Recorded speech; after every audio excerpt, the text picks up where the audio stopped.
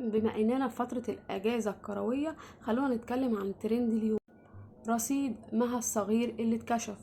السقة انا ربنا نصرني ورب العرش نجاني. الست دي محتاجة دكتور نفساني. اللي تنسب لنفسها مجهود الاخرين تفقد مصداقيتها في كل شيء. قالت رسامة وما طلعتش، قالت اتضربت وما اتضربتش، قالت ضحية وما ضحتش. السقة اللي قال مع عمرو أديب ربنا مطلع على القلوب، وبين يوم وليلة يأتيك الرد الإلهي في أهم وقت تحتاجه.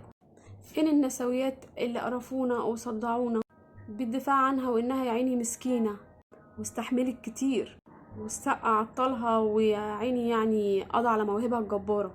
ده السقة باين انه استحمل حاجات الطب النفسي ما يستحملش ويرفضها. دي لازم تتحاسب هي ومنى الشاذلي والبرنامج اللي سبحان الله طالعين يلمعوها على حساب المحترم السقة. قاموا طلعوا كلهم كده مسرح، لا وطالعه بكل بجاحة تقولك انا غلطت. لا، ما اسمهاش غلط، اسمها سرقت. يعني في عصر الذكاء الاصطناعي مش قادرة تعمل حاجة باسمها بتكة زر، لا ده احنا هنروح للزمن الصحيح بتاع الايه السكرين شوت. وبتعتذري ليزا، طب بقى بالدور دلوقتي ليزا، بعد شوية دي ليزا الدنماركية نزل سيتي الفرنسي، ودلوقتي كارولين اللي معرفش منين في اي بلد من البلاد الاجنبية. فين بقى حق المجتمع المصري من تشويه صورة مصر والمصريين في الفن المصري؟ ودي مش اول مرة يا منى يا شاذلي يحصل كده، قبل كده حصلت مع غادة والي. دي جريمة ولازم عقاب، وفين الجهات المعنية؟ واخيرا عايزة اشوف شلة بتوع حقوق المرأة للعقد النفسية عاملين ازاي دلوقتي.